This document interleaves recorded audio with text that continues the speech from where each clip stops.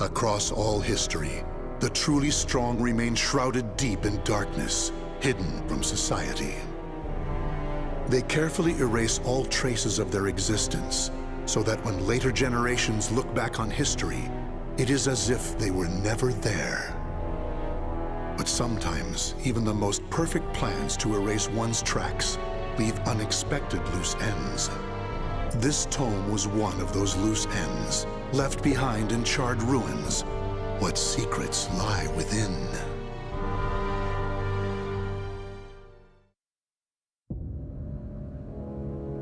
Zasalamel created me. A banal way to begin a tome, but writing down one's own history in a book is strange enough to begin with. I began writing this as an indulgent pastime, so I may as well enjoy myself.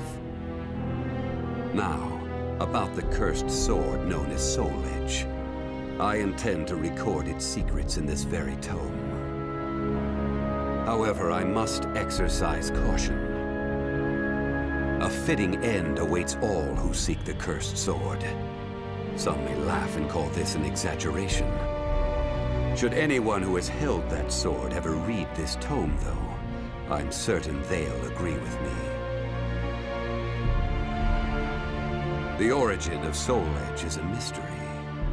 Legend says it was once an ordinary sword, void of any power. But after fighting on countless battlefields, it gathered a great deal of negative power, until a curse fell upon it. That much is true.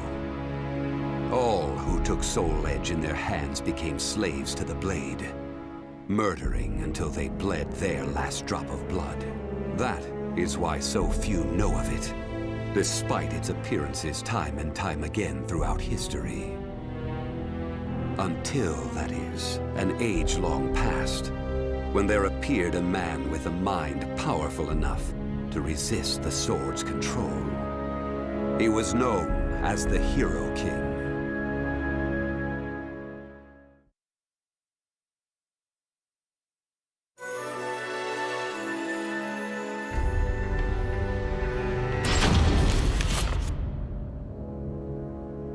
In that ancient age, great change came only through war. Thus, controlling Soul Edge meant ruling the world. The Hero King, being the man he was, one could say it was inevitable that he would bring peace to this warring world. I won't record the Hero King's name here. Someday I may decide the time is right to reveal it, but that time isn't now. It is said the Hero King lost Soul Edge due to his jealous son. After the Hero King killed his son, the spirit sword Soul Calibur was born from the remnants of the cursed sword. Indeed, the cursed sword and the spirit sword both come from the very same steel. While the name Soul Edge is known to a select few, the name Soul Calibur is known to almost no one. There is a reason the spirit sword was never revealed to the world. Some say the Hero King created the spirit sword, but the truth is that the Hero King risked his life and failed. Those who would carry on the dead king's wish and perfect Soul Calibur were to come later. They were known as the guardians of the spirit sword. Like a thief in the night, they took the spirit sword and withdrew into the dark recesses of history. They told others of the Hero King's spirit sword, and that they were going into hiding to both prevent Soul Calibur from being used for evil, and to prepare for the threat of Soul Edge.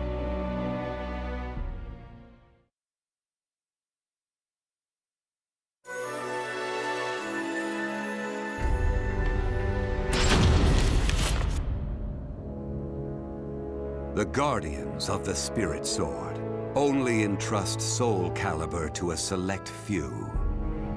One recent example was a king from medieval Europe. Born in Britain, the king used the Spirit Sword to rule a large swath of Europe. I'm skeptical as to whether the king ever truly existed. But assuming the tales are true, he was somehow connected with the guardians of the Spirit Sword, from whom he received the blade. Also, it would be reasonable to assume the king fought with the one who possessed the cursed sword and won. After the king's death, though, no one knows what happened to the Spirit Sword. Perhaps we should assume it eventually found its way back to the guardians of the Spirit Sword. But it should be noted that their power had dwindled greatly by that time. At the same time, there were those who awaited the second coming of the king. On the eve of the king's passing, a loyal knight set forth to find the Spirit Sword and restore the crown. That was the start of the secret society known as the Aval Organization. They hid themselves well for a considerably long period of time. Not even I learned of their inner workings until quite recently. Sworn to the late king, the Aval Organization sought the Spirit Sword and secretly assassinated all whom they deemed outsiders, those who were aligned with the cursed sword or did harm to humankind. A deeper look, however, reveals there was some unrest hidden below the organization's seemingly unshakable exterior.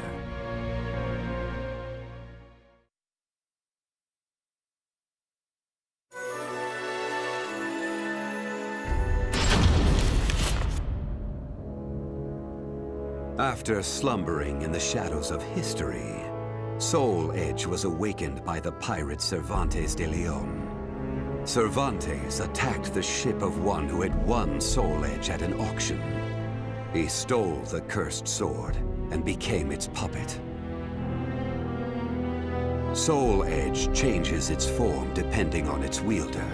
When Cervantes took up the cursed sword, it transformed into 2 blades. And after nearly 30 years of slumber, it caused that terrible catastrophe.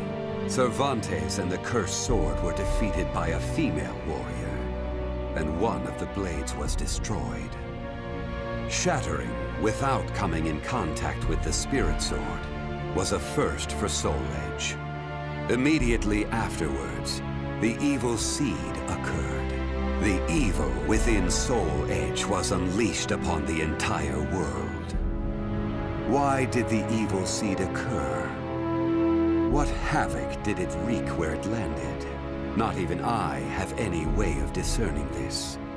But one thing is certain. Ever since that day, the cursed sword's malfested kin have been swiftly multiplying. What does it mean to be malfested?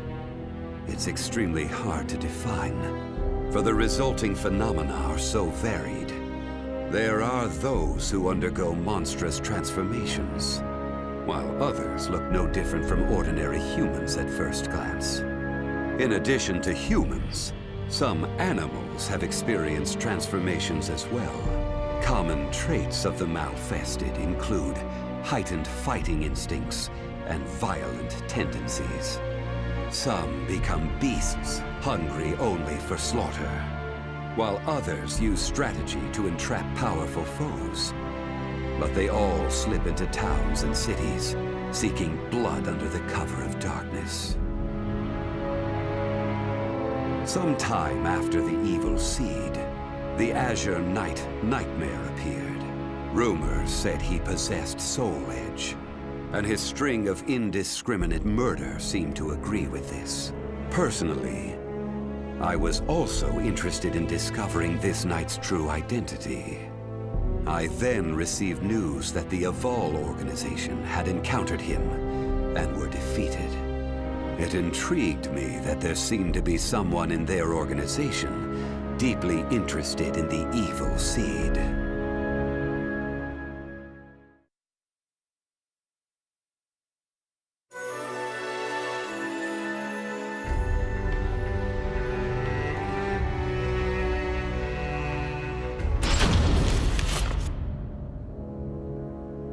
While Soul Edge has appeared constantly throughout history, Soul Calibur's whereabouts are still shrouded in mystery. In time, I lost interest and gave up trying to search for any traces of it. But after resuming my search later, I found that it had been taken to a temple in the east at some point. With it were taken a staff able to absorb all manner of energy, and a mirror capable of purifying evil. These sacred treasures were used to create Soul Calibur and amplify its power. No one knows what had happened to the Guardians of the Spirit Sword, but they must have met with ruin, losing the Spirit Sword and their other treasures. As for the temple, it later became Ling Sheng Su, a famous martial arts dojo that worshipped the Spirit Sword and the other weapons as the three sacred treasures. But now the Spirit Sword is no longer there. The evil seed deeply affected Ling Sheng Su, and most likely caused it to attract evil energy. Its martial arts students were soon overcome by madness and battle lust, and ended up killing each other. The temple fell in a single night. Therefore, no one knows what happened to the Spirit Sword. Only one student of Ling Sheng Su survived. While the survivor didn't possess Soul Calibur, there was clearly merit in looking into him. What powers did he possess? What could he accomplish? I was deeply intrigued.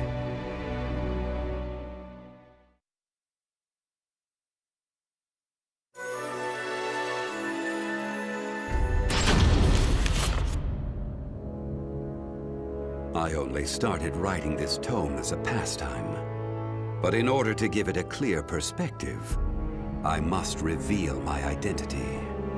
I was once one of the Guardians of the Spirit Sword. The precepts of the Guardians were very strict, one of which stated no Guardian may ever touch Soul Calibur. But in my younger days, I failed to properly suppress my urges. When the others discovered my designs, they broke my arms and banished me. Amid my despair, I searched for a way to survive. What I discovered was the art of reincarnation. After a long period of training, I mastered the secrets contained within this lost wisdom. I reincarnated myself over and over again, and became an entity that could transcend generations. At first, I didn't realize the price I would have to pay for eternal life.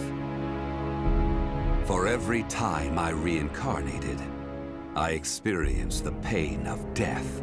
It felt like my soul was being crushed. It is hard to put such pain and suffering in words. Indeed, I hadn't managed to completely escape death.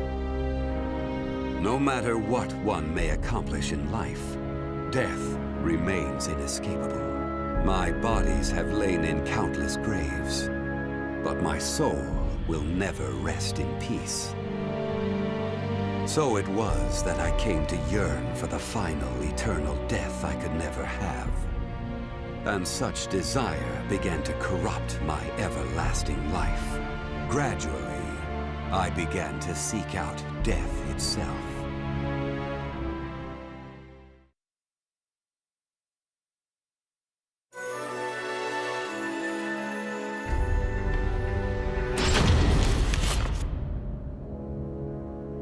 That was 1,000 years ago. My desire for death was at its peak. That longing for true death led me to even take hold of Soul Edge. Wisdom, power, battle lust. In those days, I felt I could do anything. But when it was over, I was forced to confront just how prideful I had been. As a puppet of the cursed sword, I kept fighting to my last breath. And for what? I fought in an age of endless war that spanned the world, all to establish a certain dynasty. That is all I'll say on the matter. I've lived as every type of person. Old, young, man, woman. But I've never felt as much joy as when I wielded that power. However, not even the cursed sword could free me from the chains of samsara. And so I died, and was born again into this world.